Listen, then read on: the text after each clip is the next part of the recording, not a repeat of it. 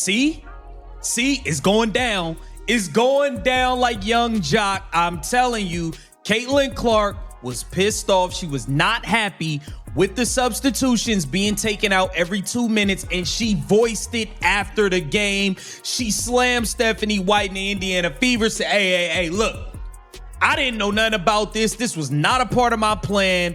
I don't know what the hell is going on. I know I'm on a minutes restriction, but I didn't know I was going to be coming out every 2.5. Behind closed doors, the Indiana Fever have just witnessed the ugliest blow-up in franchise history. And honestly, the whole organization looks like it's falling apart. For weeks, fans everywhere have been asking the same question. Why does Caitlin Clark keep getting yanked off the court every few minutes? People are calling it a pattern, almost like head coach Stephanie White is deliberately killing her rhythm. And tonight, that simmering anger finally exploded. Veteran guard Sophie Cunningham had seen enough. Sources say she confronted the coaching staff head-on after word got out that they were blaming Clark for the team's struggles. Sophie wasn't having it. She stood up for her teammate, hard, demanding to know why the front office keeps undermining the best player in the league. We're breaking down exactly how this fight started, what was said between Sophie and Coach White, and why this locker room clash could reshape the entire league's power structure. Here's the thing you need to understand first. Rhythm is everything for a scorer like Clark. But game after game, White's rotation kept cutting her off right as she got hot. Pulled the second she found her groove. It wasn't random. It looked calculated. And for weeks, Clark stayed quiet, taking the criticism instead of speaking up. That silence just ended. Abruptly being subbed out over and over, just ridiculous.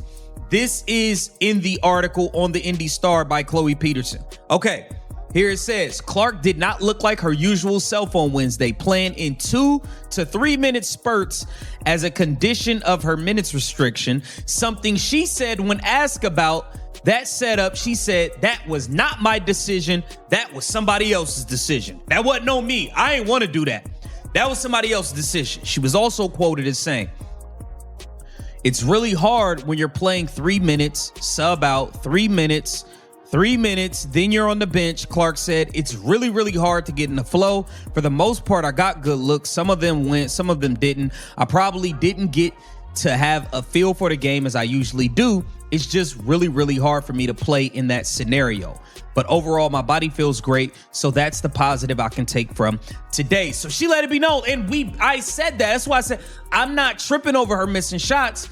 There's no rhythm. You can't play 2 minutes. Go sit down, go get on. But under the surface, that anger kept building.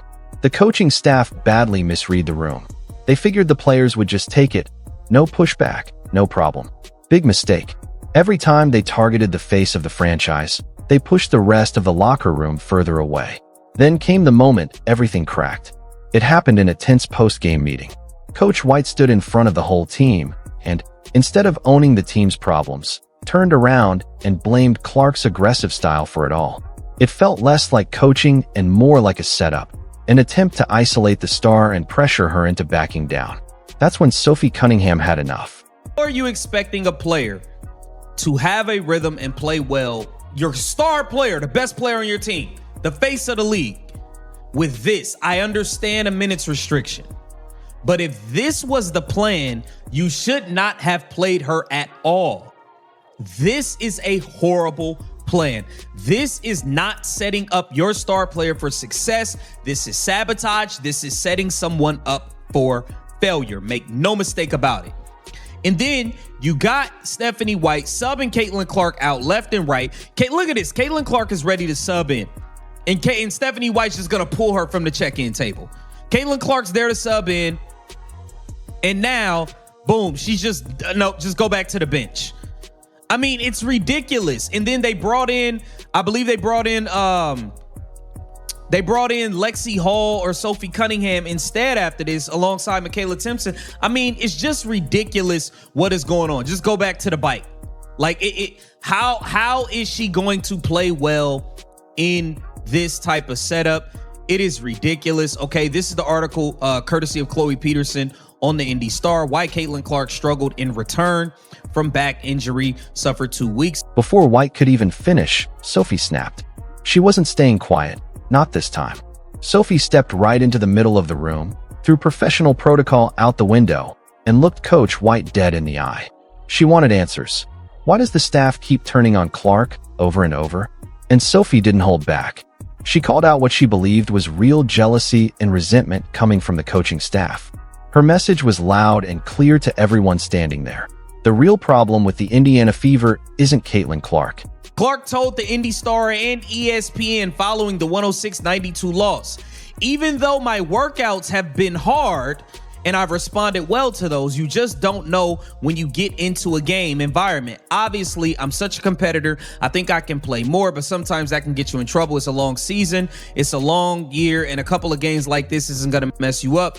Just get your feel back, and it'll be okay overall." Stephanie White said, anytime you've missed a couple of weeks, it's going to take time to get acclimated. It's going to take time to build endurance. Well, Stephanie White, you're talking about building endurance. Caitlin Clark said she wasn't even tired. So, like, y'all not on the same page. Y'all are not on the same page at all. This is a debacle. This is a circus. Clark could never truly get into a rhythm because of those seemingly constant subs. She made sure her body stayed warm the entire time, using the exercise bike in periods off the court and wearing a heat therapy pad on her back. But with the amount of time she spent off the court, she couldn't ever get a true feel on how it was playing. She said it's just really hard when you're playing 3 minutes, sub out 3 minutes, then you're on a bench. It's really, really hard to get into a flow. For the most part, I got good looks, She said, I probably didn't have a feel for the game as I usually do. It's just really, really hard for me to play in that scenario. And it'd be hard for anybody to play in that scenario. It'd be hard for anybody. Okay, she said, I told our trainers after the game that it stinks we didn't win, but she's basically saying, she got out the game healthy, and I guess that's okay. Now this is... It's not about talent. It never was. This is about a coaching staff too insecure to handle a young star, soaking up all the attention. The room went dead silent after that. Coach White, someone used to being in total control, looked completely caught off guard as her own locker room turned on her right in front of everyone. What followed wasn't calm, it was chaos. Players started talking over each other, refusing to accept the excuses being thrown around. And just like that, the damage was done. This wasn't just one bad night anymore. This was the moment the Fever's coaching regime lost its grip for good. Turnovers, but okay. I felt like some of our rotations weren't there. As good of activity level as we had a game ago, I don't think we had that here tonight. Again, it's big when you don't have an AB on the floor. Certainly, we didn't have Sophie early as she locked up early. Before even warm up. So we didn't have her early as well. So I think more than anything, collectively, just the team defensive effort, making sure we're in our rotations, having each other's back. It wasn't there consistently. Trash as a coach. Now let's get into Kelsey Mitchell acting like she don't even care. Like she don't need Caitlin. Like it's crazy, man. It's about showing up. It's my job. I'm gonna do my job every day. I think that this game can't be taken for granted. You gotta respect it. You gotta pour in whatever you got into it, and give that every time. I don't think there's an excuse that you can give to do this job, and I think that I do my damnedest to make sure that I show up. If I can lace them up and I can do what I need to do, then I'm gonna do it. If I can lace, I respect that. But damn, it seemed like are you trying to say Caitlin not giving her all, not lacing them up, doing what she got to do? What are we talking about here? Thank you. Hi, ladies. Charlotte. I thought they did a great job. Break point turnovers that led to It seemed like this game or something like there was. It's always disjointed, disoriented when.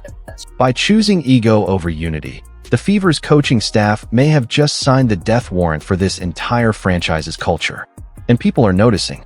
Sponsors, broadcasters, and fans across the country are already talking about pulling back their support, disgusted by what's unfolding inside that building. The people who thought they held all the power are now the ones getting hunted. The front office is scrambling, realizing too late that they've lost their grip on their own locker room. This isn't a small story anymore. This isn't about minutes played or rotations or basic team chemistry. This has turned into something much bigger, a battle over loyalty, over trust, over who really controls the direction of a franchise. And at the center of it stand two players who refuse to be pushed around, Caitlin Clark and Sophie Cunningham. They've drawn a line, and everyone is watching to see who crosses it first. Here's what makes this even messier. This isn't just a personality clash. Look at how the roster has actually been built. Instead of building the offense around the most electric player in the sport, the front office spent 2 straight off-seasons constructing a team that works without her. Think about that for a second. The obvious move, the easy move, would have been to build everything around Clark's game. Instead, they went the opposite direction. And that tells you everything about where this is headed. By the end of this season, Kelsey Mitchell's contract runs out. Around the same time, conversations about Clark's own future will be heating up too. That means the front office can't keep dodging the real question anymore. They're going to have to pick a lane. Do they build this franchise around Kelsey Mitchell and Stephanie White's system? Or do they finally commit fully to Caitlin Clark?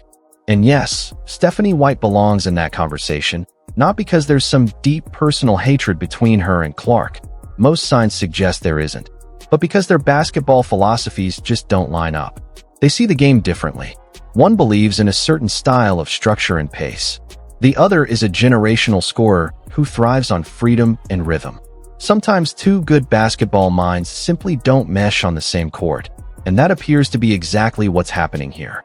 4 months now, fans have been begging Stephanie White to publicly back her superstar point guard, to stand in front of the cameras and defend her without hesitation. And time after time, she hasn't done it. The one moment fans point to, a short clip following the Alyssa Thomas incident, actually made things worse.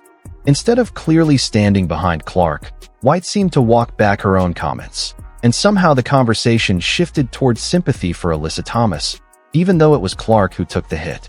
Fans haven't forgotten that.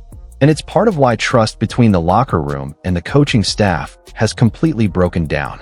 Now the fan base has spoken, loud and clear, and there's no putting this genie back in the bottle.